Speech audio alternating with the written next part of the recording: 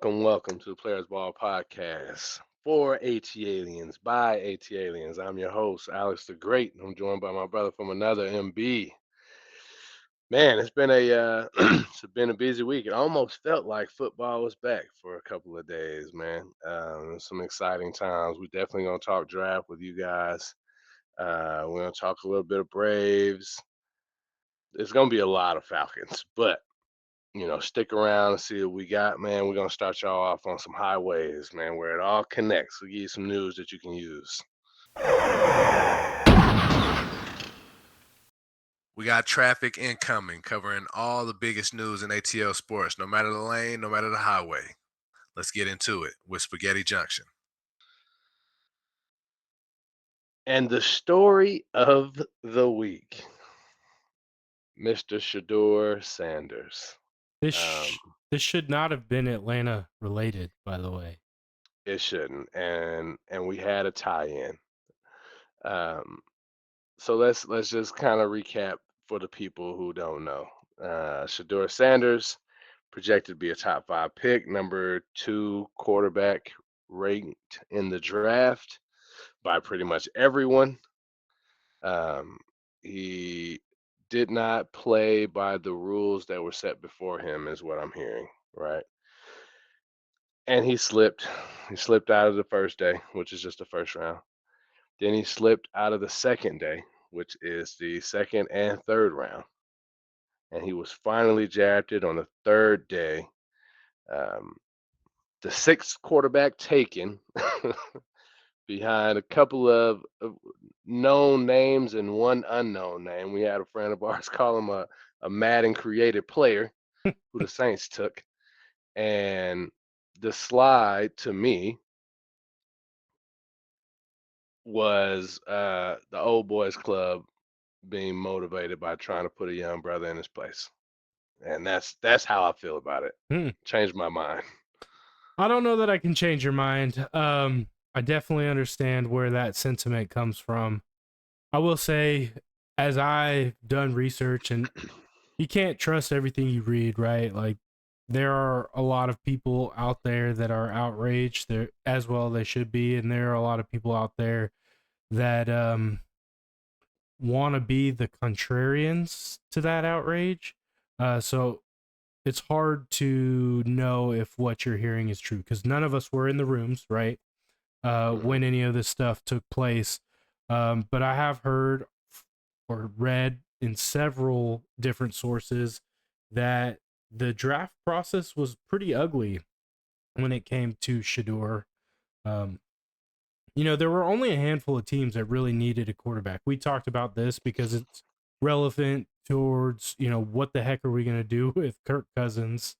But you really had, the Giants, the Browns, which I don't even know if I really call them a need because they went out and got Joe Flacco and Kenny Pickett.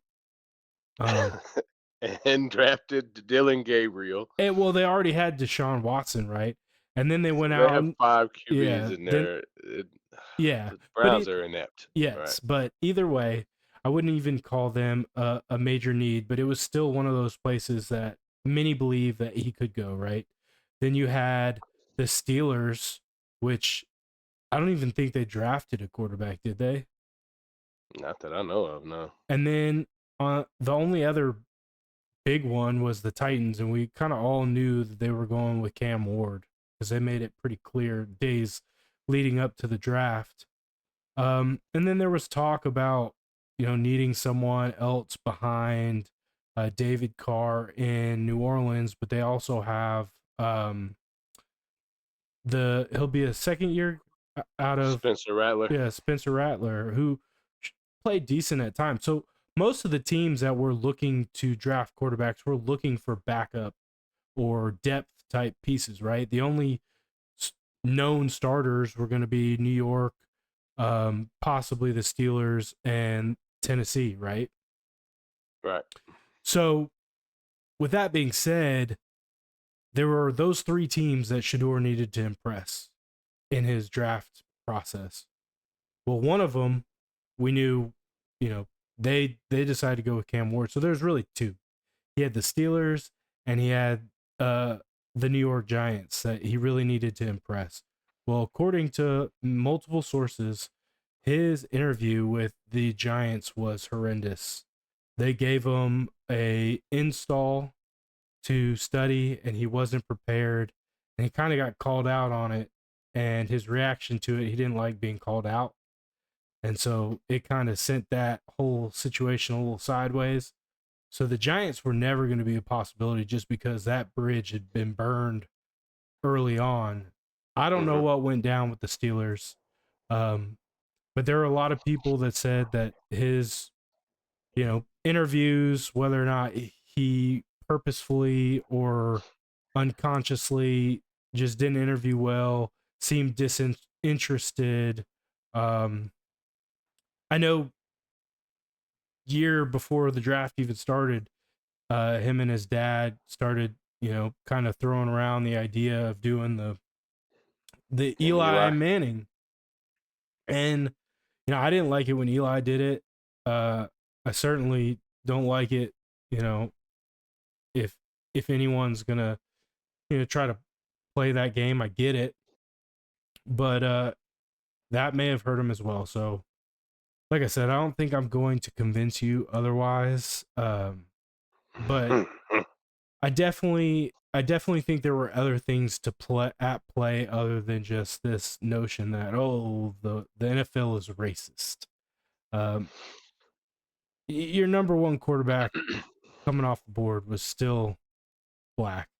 Uh, Majority of the players selected, it was specifically an issue with Shador.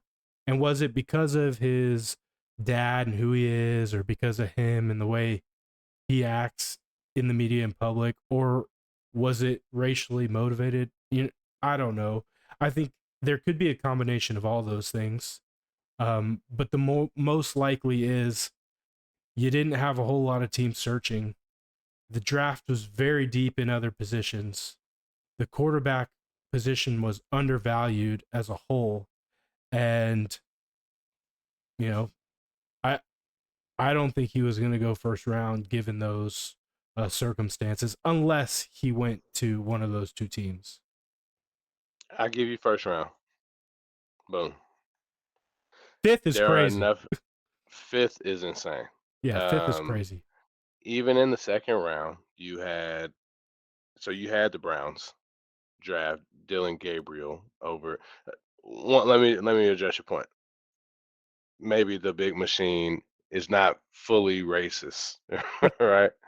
I actually pulled up an article that says that minority ownership hit a high. Black minority ownership of NFL teams hit an all-time high in 2024-2025 season. There still is not a majority black owner in the NFL, where the last statistic I saw was like 60%, 65% of the players are black. It's a very high number. Um, that seems too high, but I do think if you just look at the country in the whole as a whole, right? Like the wealth distribution is vastly Caucasian, yeah. which is probably one of the reasons why majority ownership. I mean, there's only a few U.S. Citizens that could do it, right? Like you got Jay Z and Dr. Dre being the two that could really get in. Oprah, nah, there's a bunch Oh, of black oh yeah, billionaires in the Oprah could. states. Jordan, he owns a bunch of things. He owns an NBA owned an NBA franchise. There's a bunch of people that could do it, right? Steph Curry was trying to set up a collective to buy the Panthers. At this point, it feels like it's not being allowed more than it is a lack of possibility. When you have that many players in the league of that color, you would expect, like the United States, we're talking about wealth, right? It's still majority white um, from a population standpoint in the United States. Okay, majority white wealth. If you have a league that's majority black, I would think that the coaching and the head coaches and at least the ownership to a certain extent would also translate to have some of that, not near zero. Now I know the coaching took a leap, but they literally have to have a rule in order for black coaches to be in the league, and they're not treated the same as far as their performance, right? You get one, you're one and done. You're like a college player for a black coach. That said, Says the man who those wanted to fire Raheem Morris. no, I don't want to fire him, Morris. You were very I didn't against. want to fire Terry Fontenot. There's a difference. Mm. If you're gonna fire somebody, my pick was gonna be the coach, but I'm keeping the black GM. You know what I mean? I'm keeping them both. I am keeping them both, but no, there's racial undertones there, right? I hope this don't happen to Arch. But Arch got power. Literally, his uncle set the precedent. It's named after him. So if Arch comes out, are these same teams gonna have that?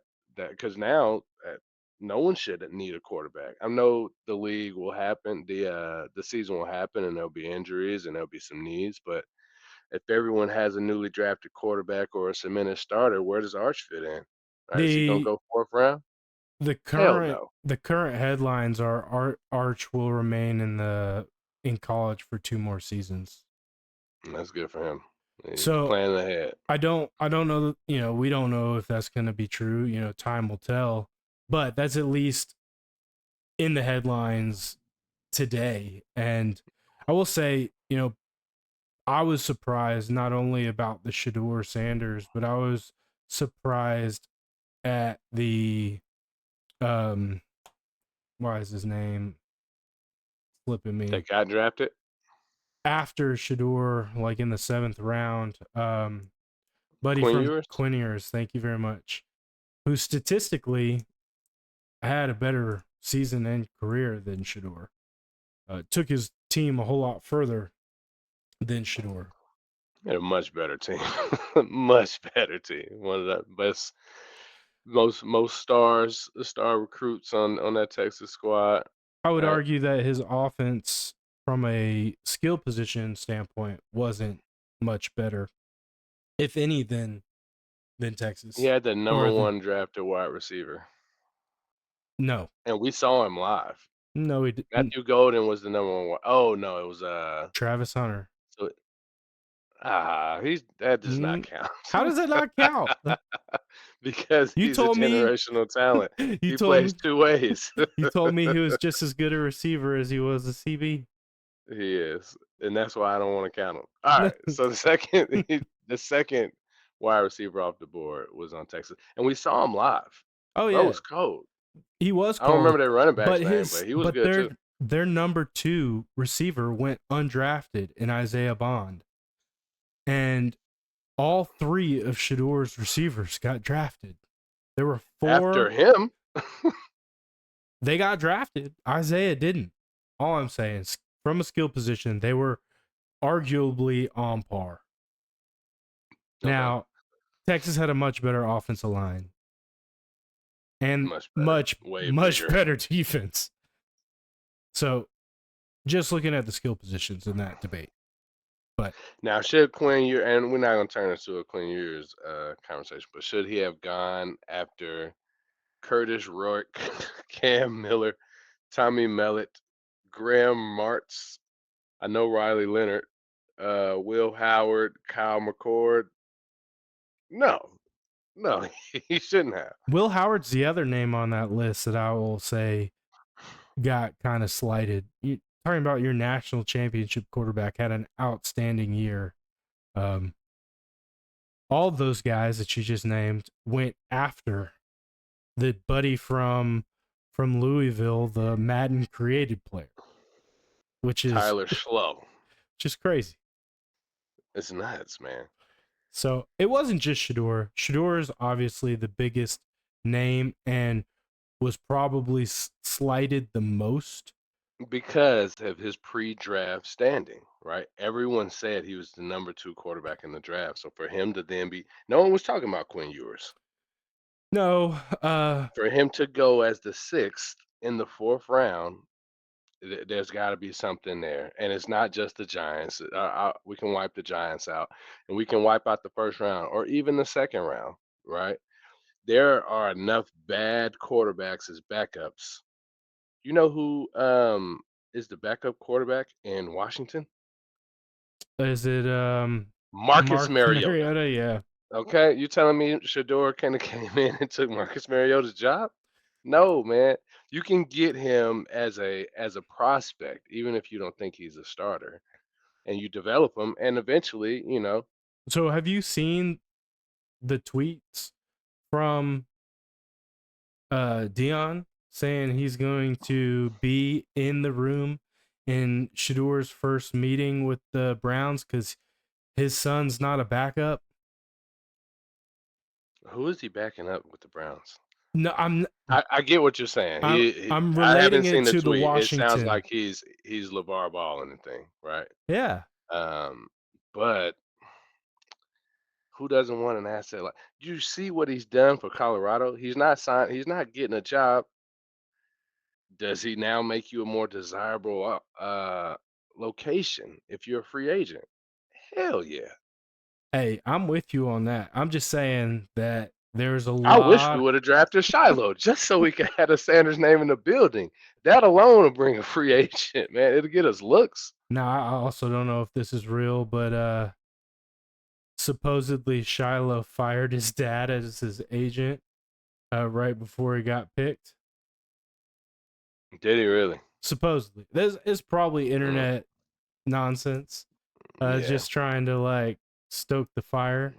But if that is true, then that just puts more credence to the Dion hate. But I want to throw out this. I heard this. I think I sent you the clip. Wild conspiracy theory. Deion Sanders, head coach, Colorado. His son Mm. goes to Team XYZ, right? In the next year, if that team performs poorly, Deion's coming for that job. What team, what coach in the NFL wants to draft a kid whose father is coming for their job? None. What owner wants the money and revenue that Deion Sanders is going to bring into their building? All of them. There you go. But it's not just the owner. In the Giants situation, right? They drafted Jackson Dart out of Ole Miss. Ole Miss has a lot of ties to that New York Giants coaching staff. It Because Eli was went to Ole Miss, right? Eli went to Ole Miss, and they also have offensive coordinator um, connections between the schools. The system's very similar. Like learning the offense is going to be almost, you know, a shoe in for Jackson Dart just because the system was the same. But either way, my point that I was trying to make was, um, dang, I lost my train of thought. So Uh, you were saying that the Giants drafting Jackson Dart may have it felt like you were oh, saying that they had more oh, to it than yeah. not wanting Shador. So what I was saying, it wasn't about that. The point I was making was as far as the GMs. Apparently, Brian Dable specifically was the one really pressing or pushing to draft Jackson Dart. So yes, while Mm. the owners want the money, they want the revenue and all the glitz and glam that may come with the Deion Sanders prime time name, they're not solely making that decision, right? Like there are other influences. Yeah. And if a coach presses and says, no, we're not drafting Shador, and they had the opportunity, and then Shador turns out to be a stud, and the guy that they draft becomes a bum, they best be out the door. I forgot what the Giants did something dumb last year. I like Malik Neighbors is already in my mind top 15, top 10, maybe not top 10, but top 15 wide receiver in the league. Um, the GM has a video of his son telling him who to draft, Oh, and he didn't do it. Jaden And if Daniels. yes, said draft Jaden Daniels. They wouldn't be in this quarterback situation, right? They let go of Danny Dimes. If it doesn't work out with Jackson Dart, they're both fired. I don't know if he saved himself by allowing him to, or going with that pick. The GM's fired too if if the Giants suck, and they're not going to be good. Yeah. But I do think it's an interesting conspiracy theory. I do think, there is some credence to that whole concept of, Dion's going to find his way into the NFL very soon in the next Mm. couple of years as a head coach. And if I'm sitting there and I'm looking at that, I'm going to be hesitant on picking his son if I'm insecure in my job. So here's the other thing about that. I don't think he's done with college yet, just because he still has enough detractors and haters and doubters at that level to feel like he has a little more to prove. He's Um, never not coached Shador, though.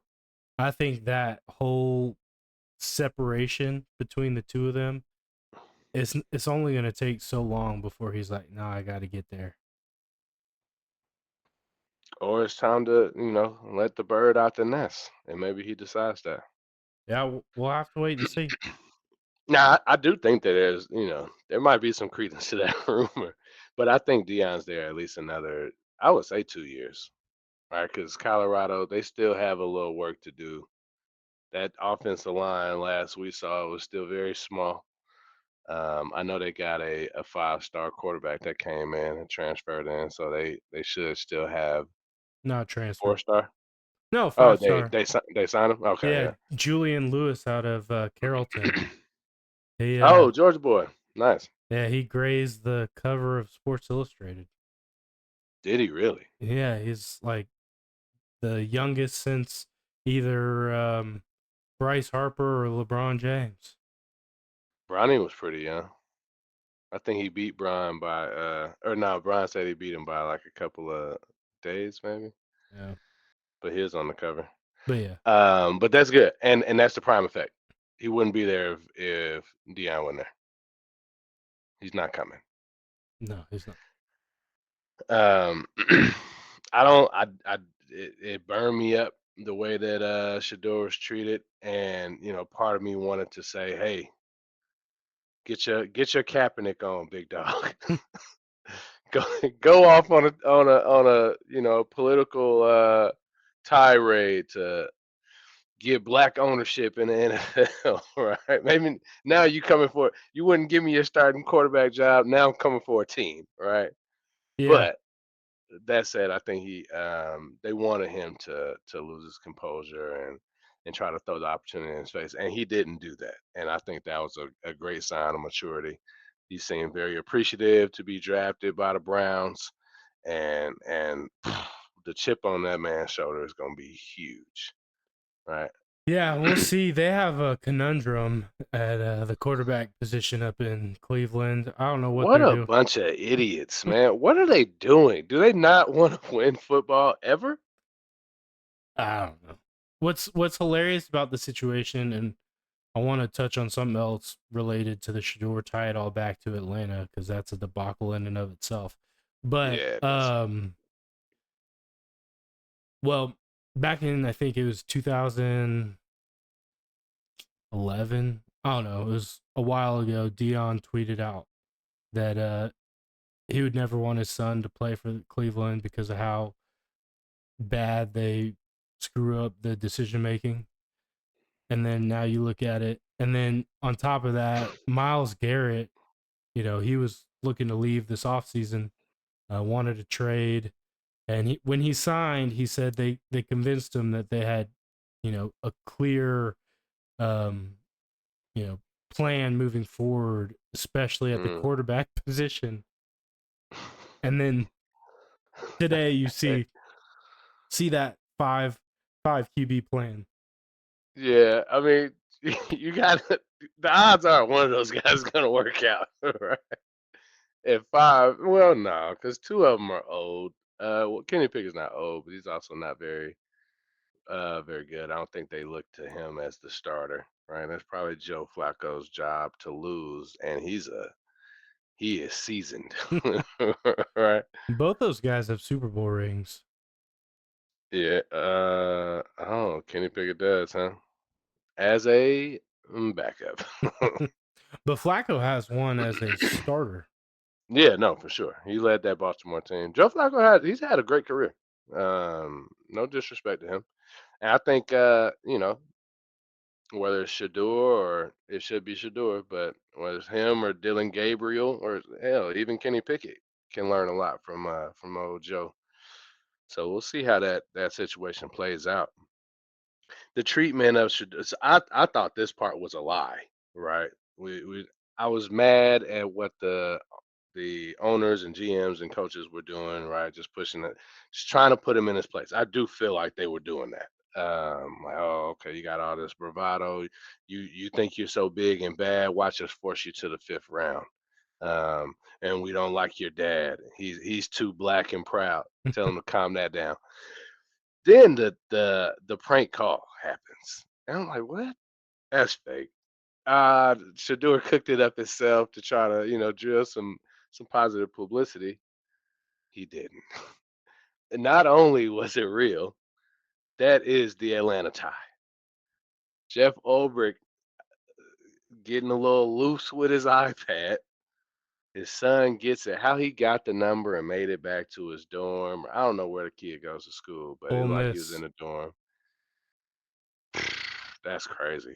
That's crazy, man. He calls Shador, prank calls him, says he's the Saints owner or Saints GM, and that he's going to draft him. And then he says, "Psych, you're going to have to wait a little longer."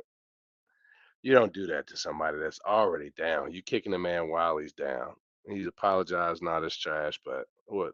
Where are you at with that? It pisses me off.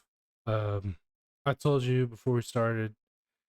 A like there was nothing that so in the draft process, all of these players get an extra phone, right? They get a specific line with a number that only the GMs and coaches have, right? That way Mm-hmm. there's no interruptions when you're getting that call.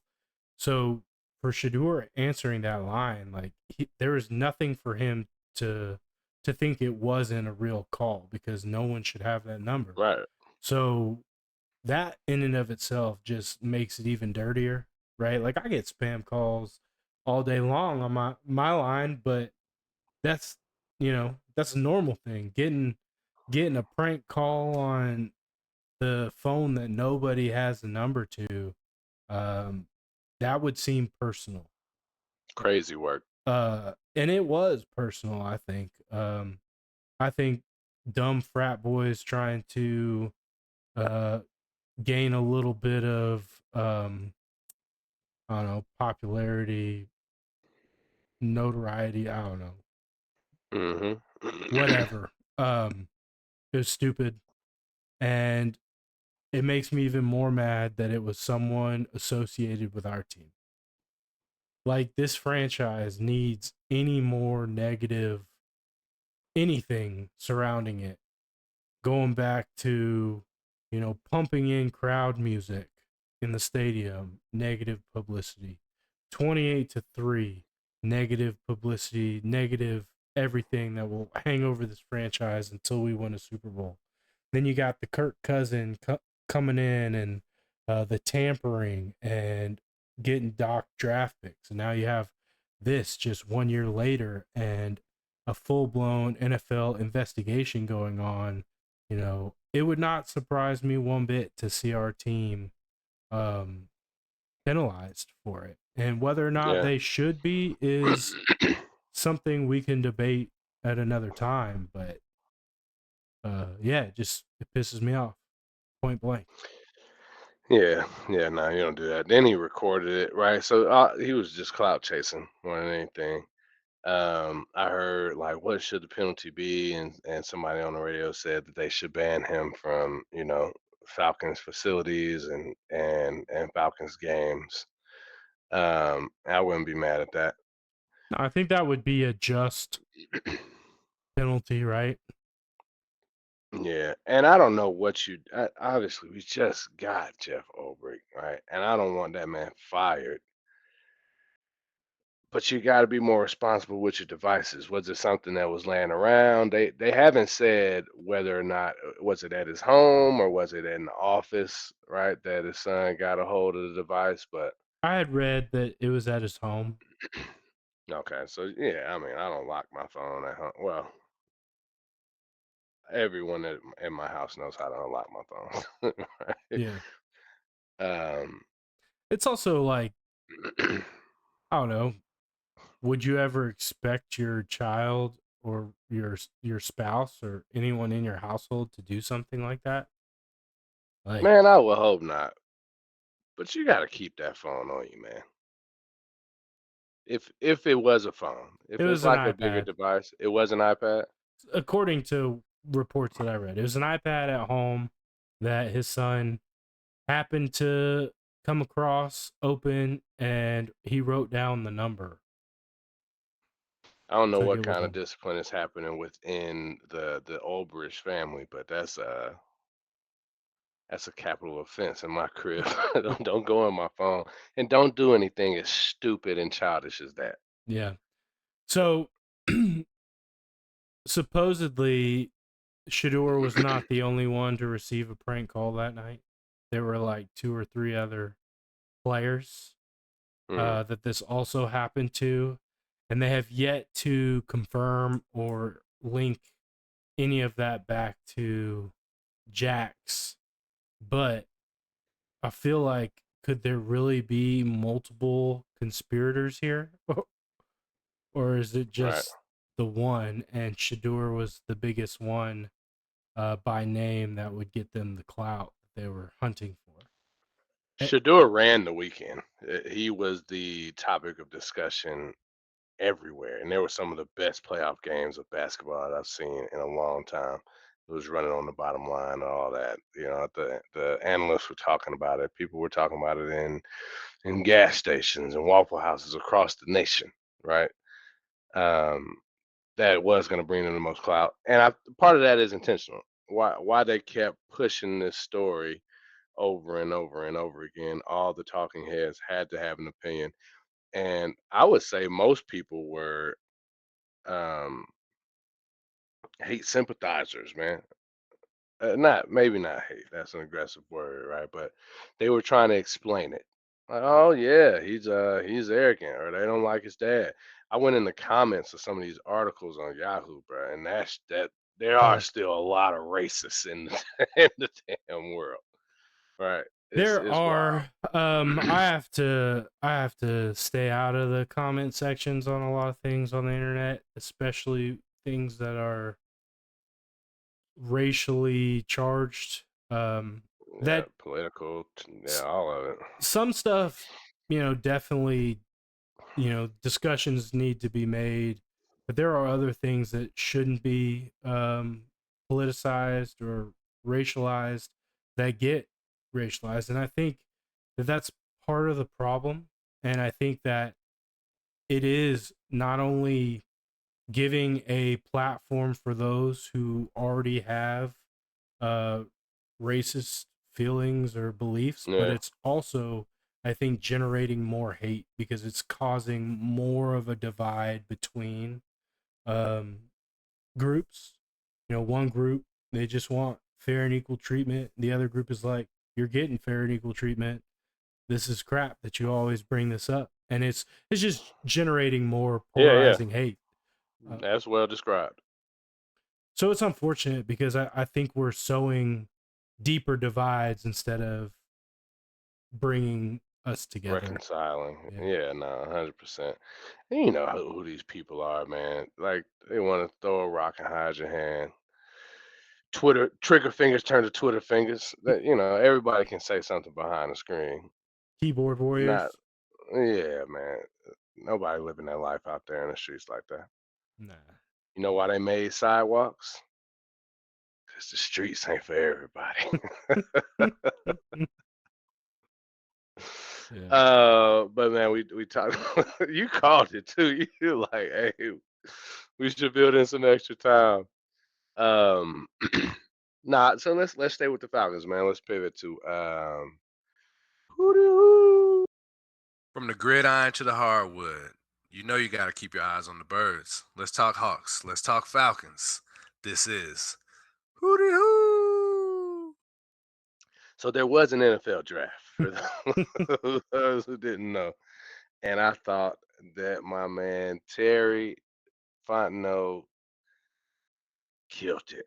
The only thing that I would have wanted would have been like, nah, I don't, no critiques. All right, he got a tackle, he got two safeties, one of which can play multiple defensive back positions. Both those safeties are known as ball hawks, and he got two of the top three. A lot of people considered pass rushers in the draft. That man cooked, and he's being torn down for it. Yahoo ranked us at the Falcons as the worst graded draft. Now Mel Kiper did not. I did go back. I had to search for another one after I looked at that first one, but Mel gave us a B minus. But I can't remember the guy's name. He gave us a C minus, which is the worst draft grade um, in the NFL this year. And the Browns did draft, right? They have five quarterbacks. How could they not be worse? I can't name anybody. I wasn't looking at anybody else's team that intently. So, but I know if you end up with five quarterbacks on your team, something went wrong in your war room, man. So I don't know what systems they use to give grades, but some of these teams like the Panthers had like 8 picks, right? I think the Browns Hmm. probably ended up with all the moves they did with 25. Um so if it's just a, cumulative score, then of course those teams that have more bodies are generally going to get better overall scores.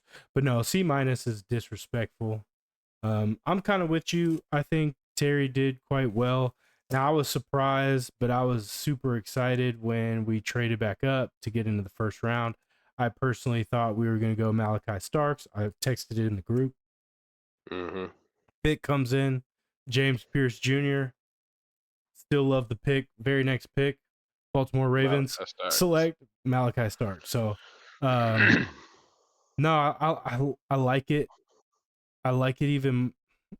I understand it, I guess, even more with the rumors that Jalen Walker might need shoulder surgery.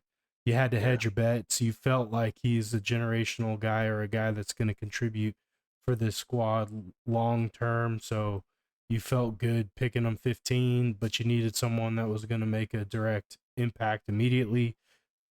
James Pierce Jr. And I didn't realize this because I don't follow the combine and all the metrics to a T. But Mr. Pierce Jr. ran a 4.4740. Saquon ran a 4.4. So he was zero point zero 0.07 seconds slower than one Saquon Barkley. Bijan ran a 4.46. So he was zero point zero 0.01 seconds slower than Bijan Robinson. And he was faster by zero point zero 0.02 seconds than one A.J. Brown. Those were just a few names that I pulled out, but all that to say, Buddy's a speed demon. I don't think there's many quarterbacks out there running away from him. Lamar Jackson did run like a 4.34, so Lamar may get him a step or two. But I think Jaden is pretty fast too, but he's got a lot to do. His eyes got to stay upfield. James Pierce is gonna be a dog. There was an overlay they did with four people running. I know that Saquon was one of them, and that AJ Brown was behind him. He was second, so Bijan might have got him Jalen then. Hurts was the other one. It was Jalen Hurts, it was yeah, all yeah. Eagles in that overlay. Oh, okay, yeah, yeah. And I thought that was dope how they did that. But to know he can catch Jalen or AJ Brown. That's impressive, bro. Yeah, man, athletic freak, and he was one guy that I kind of mentioned going in, like back before the college football season ended, a name to look at um, Mm, coming out of Tennessee. My brother-in-law, he's a UT alum, and my sister's a UGA alum. Obviously, I'm a big Dogs fan, so he texted me the next morning, just excited that the Falcons got one of each.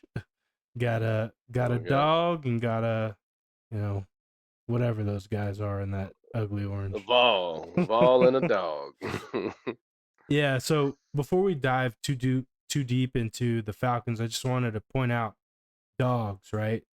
Uh the 2021 National Championship team, 31 of 37 players that played significant snaps have been drafted now. Mm, One of the best all time. They had 13 drafted this year. The first one was Michael Williams to the 49ers. The second one being Jalen Walker to our Falcons.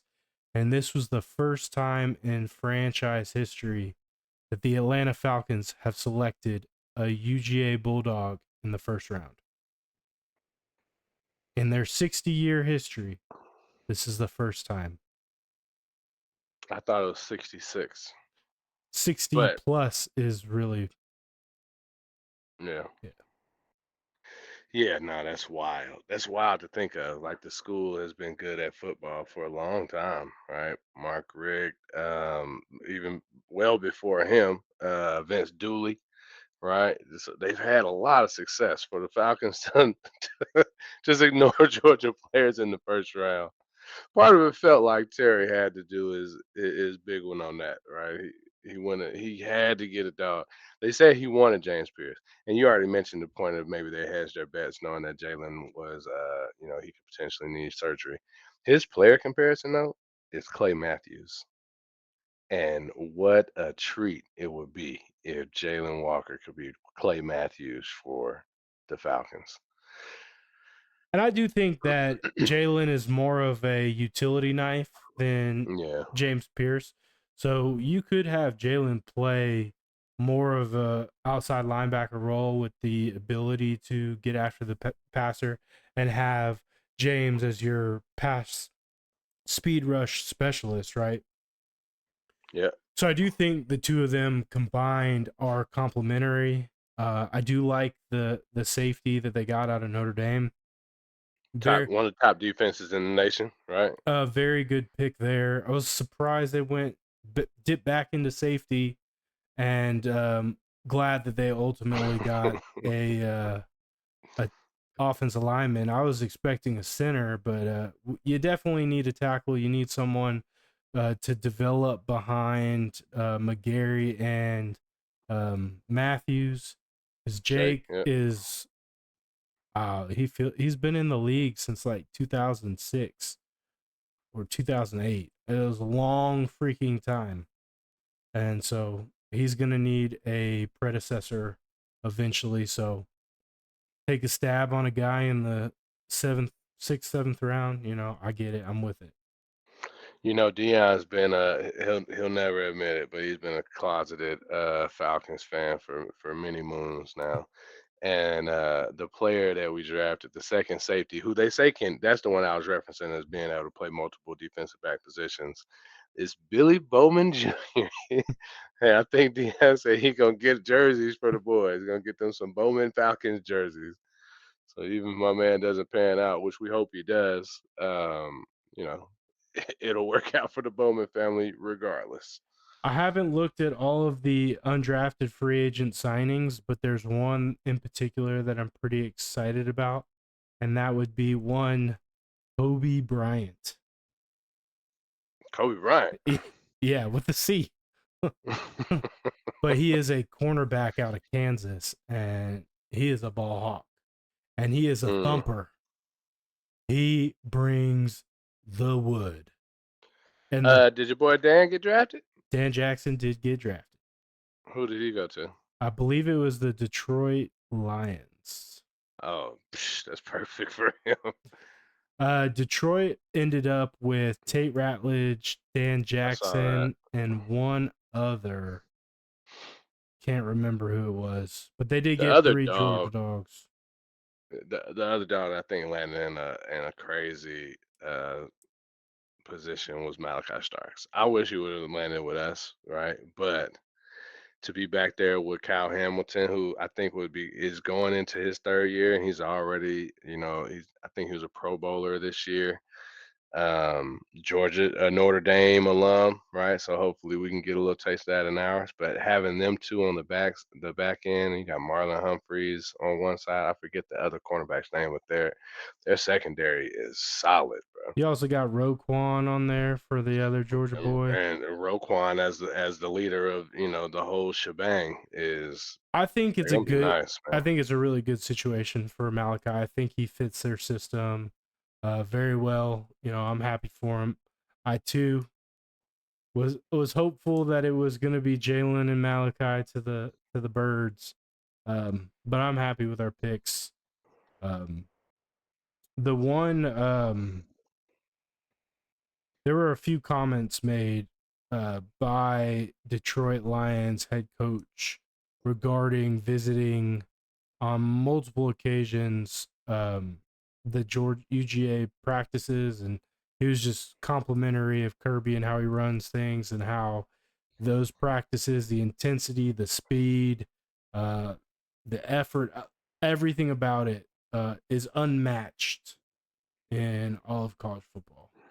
They come in pro ready, right? That they are running a professional program. They're and now they're getting paid. It's professional football up there in Athens, man. So you're getting players that you know are gonna come in and do their thing. And of course, the Eagles had to get another one.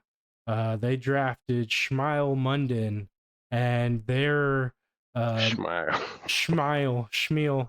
It's it's spelled Smael. Hmm, Yeah. okay. Um, but their social media team did a fantastic job, I think. And right after the pick, they posted Thanos with the Infinity Glove with the Georgia Bulldogs faces for each stone, completing it with the Schmile Mondon in the center. Oh, there's nothing like a good social media team. That just reminds me of Blooper. Blooper is probably one of the greatest mascots in professional sports at this point, Oh, for sure. man. Yeah, so shout out to Terry, man. Wendy's four for four. That's what I started calling him. Yeah, Because we won't count that first year. I uh I think he drafted this year with a sense of urgency that was refreshing, right? Mm, Like I think they went out, they had a good plan, they executed that plan. I feel like, you know, I think a lot of the negative draft grades or positions stem from what we gave up to get back in the first, which is next year's first round pick. Um, which is a pretty hefty price to pay, but as Les Snead says, F them picks, right? Like we're worried about today. If our team is better today, who cares about losing a 20 plus pick next year in the first round that's the thing, right? It should be in the 20s. It won't be an 8 or a 5. or a It should 15? be or a 15, right? We should be in the playoffs. And that makes it I understand it. I understand it now. Especially with who we got. The logic, I hope he doesn't need surgery. I haven't they talked about that on the radio today. The guy who wrote the article was on the morning show on 929 The Game. And that was that he mentioned it. He's like, yeah, no, I heard it from a reliable source that he may need shoulder surgery. So Well, if obviously you do have the to put him out a year, it's nice to have somebody because you're gonna get torched if you don't. yeah, I mean, and obviously the front office felt good enough. I mean, he went through medicals. They knew all this going into that pick, right? Like they're not getting blindsided by it. So I have to keep faith in Terry we trust. And Terry, we trust, man. Yep. So, yeah, go Falcons. Oh, the draft. We got some more footage coming out for y'all. I started editing one of the I got when Dave Archer told me the news. I recorded that. It came out pretty funny. So I'm gonna share that on the socials. I know y'all saw who let the dogs out. We appreciate all the likes. That's getting some good traction on the socials. So no, we appreciate y'all, man. Make sure you follow us on Instagram and TikTok um, and like our stuff, please. If you think it's funny, Players which Ball it is. Pod. Players Ball Pod, Players Ball Pod, Not podcast, but Players Ball Pod. POD. Yes, sir. Yep. All right, man. I know we don't have a lot of time in that, but I did want to kick it over to Elevator. From the parking garage to the penthouse, no one takes you on more highs and lows than Atlanta sports. Let's me, you, your mama, and your cousin too get on this elevator. Don't touch the button. We got you locked in. Wanted to get your highs and lows on this last week. Well, give the people what you thought about Atlanta sports. What grabbed your attention for the positive reason, and what was like, damn, they did it again. All right, so my positive has been a reoccurring theme. I got to go with the Braves. They are doing much better for a team that started 0-7. They went 7-3 on the week, right? Or in the last 10. So, good last 10 games. They had an opportunity to sweep yesterday out in Arizona. They didn't get it done, but they still took 2 out of 3 for the series W. And as Bobby Cox used to say, if you win series, that's all you got to do. You'll be a playoff team. So if they keep doing what they're doing, we might actually be all right. They did make some moves. Jared Kelnick, bye-bye. Verdugo has been a breath of fresh air. You have Ronnie that should be returning sometime in May, if not June, but all signs point to sometime in May. So you have him returning soon, and then they bring the franchise bringing back old Eddie Rosario. So third time's a charm. Gonna catch some of that Eddie magic that we got in 2021. The outfield is going to be all right, and the pitching staff it's a little rocky, but we will get Spencer back at some point, and Mr.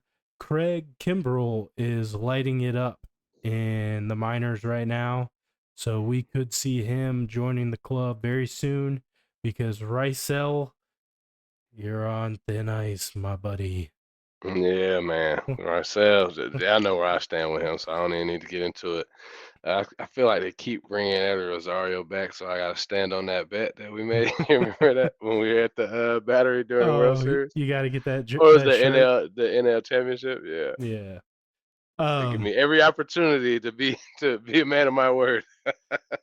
Well, I will say, old Uncle Jesse has been on this squad like 4 times already this season. He has been released again, and by some weird coincidence, Ian Anderson, who we traded away this offseason, has made his way back off of waivers. Yeah, didn't have to give anything up for him. That's how we always did it with Jesse. Yeah. It's wild, man. They cannot find their way away from the Braves. But hey, welcome home, man. Maybe you can give us more than Nah, he didn't have a terrible outing. Kenny Powers. No, he didn't. Yeah, he hasn't Well, actually been that bad. Grant Holmes. I will say that he was 3 of the 4 home runs given up to oh, what's his name? Yeah. Eugenio Suarez. Thank you. That was crazy. He hit 4 home runs against us on Saturday night. 3 against Grant Holmes and 1 against Rysel in the ninth to tie it. But hey, W's are W's. They don't have to be pretty. Take it how we can get it. We're playing against the Rockies, who are like 4-25. They are the worst franchise in baseball right now, and we are 3 games below 500. So a team that started the season 0-7, I'd say that's a pretty good recovery. We still got ways to go, right? Like I'm still not hot on this team yet, but every week that goes by that they're performing like this, my temperature rises a little bit.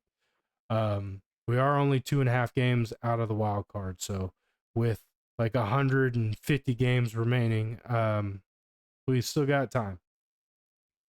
All hope is not Yeah, we do. lost. I hope it's not lost. I'm gonna stay a negative Nancy because I guess it's still working for the team, right? Your positivity, my pessimism. Um, do better, Braves. They still have so much to improve on, but their Yeah. scoring, it's not quite as ugly as it was early on. And then my negative for the week, we already talked about, so I'm not going to go in. But my basement floor is Jack Solbrick and the Falcons being in the news for a negative reason once again. I mentioned all the previous ones earlier in Spaghetti Junction, but here's a recap. Old noise gate where we were pumping in crowd noise, 28-3, and then Kirko Chains running his mouth and the tampering penalties that came last year. So more negative news is not what I want to see from my team. Get it right. Keep keep out of the news, maybe just altogether. Out of the news and into the playoffs, man. That's all I want. Yes, sir. Yeah, man. That Jack's kid, man. I know he's a kid. 21 is he should be making better decisions, man. Okay.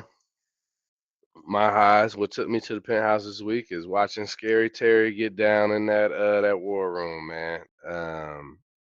Should he win executive of the year if we make the playoffs and get out of the first round? Maybe. Is it too early to say? Probably. But we'll see what shakes there. He killed it, man. I'm a huge fan of what he did.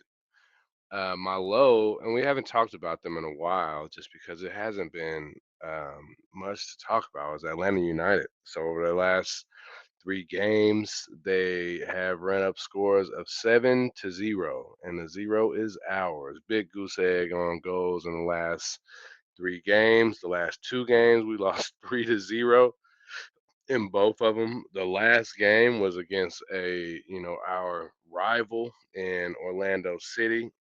So it's not looking good for United, man. The Five Stripes are really struggling right now, and I don't know what turns it around. I know soccer it's almost as long as baseball. Not as many games, but definitely the duration is there. Um, it's not great. I will say not to give excuses for the team because 0-7 and your goal differential is unexcusable.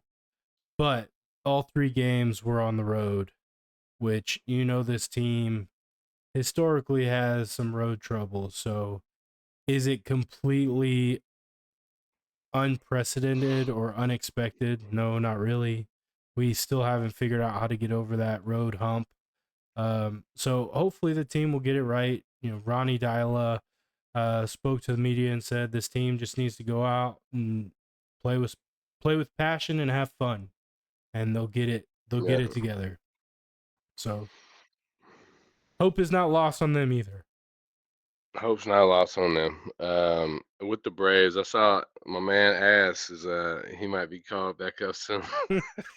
I can't let him live. AJ Smith Shawver. This article was just saying how puzzling it was, and I still don't really understand, especially when they brought Bryce Elder back up. But it says that they think that his time should arrive with the Rockies. I think he'll be called back up during the Rockies season, so we'll see if that series. So we'll see if that happens. Well, Bryce Elder is on the bump tonight, and it is currently 5-3 in the fifth. So Our way. yeah, Okay, good. You got to beat the teams you're supposed to beat. As yes. awful as the White Sox were, and I made that comparison when we started 0-7 because they started 0-7 last year. The Rockies are on an even worse pace this year. So you gotta win the series. You should sweep. Well, it's a 4 game, I believe, but still, taking 4 out of 4 up there should not be an issue for I you. mean, when the team has only won 5 games in total, you should win 4-4. Yeah. Uh, yeah, get it done. You don't want to go back to the basement. Yeah, no, you don't. You don't. Right now, that spot is being held by Atlanta United. Yeah, they're subfloor two. I won't put them too far down. I know they're still working to gel with Mickey coming back and Latte Lath. He was scoring goals in almost every game, so can't say that about the last three, but still looks like that was a decent signing, and it is a long season in the MLS, so we'll see how that shakes out, man. Yes, sir. So before we sign out, hit me with a haiku. Mm, mm. Okay, I got you.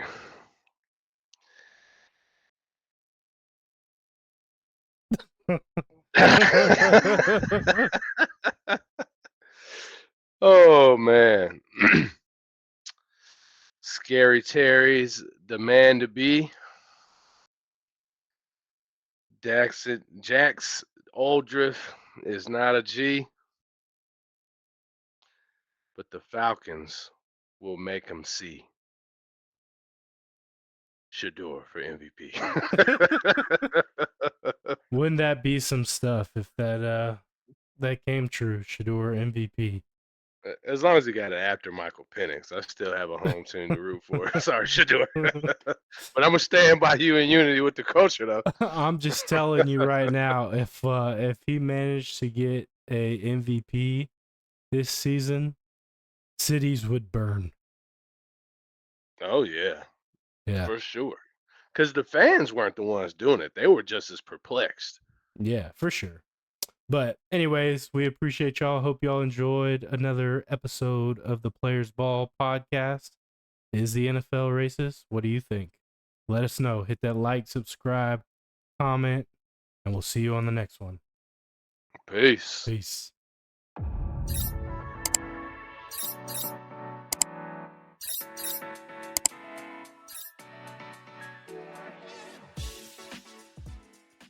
Old Boys Club. Where's Nick Chubb? Need a back rub. NFL's racist.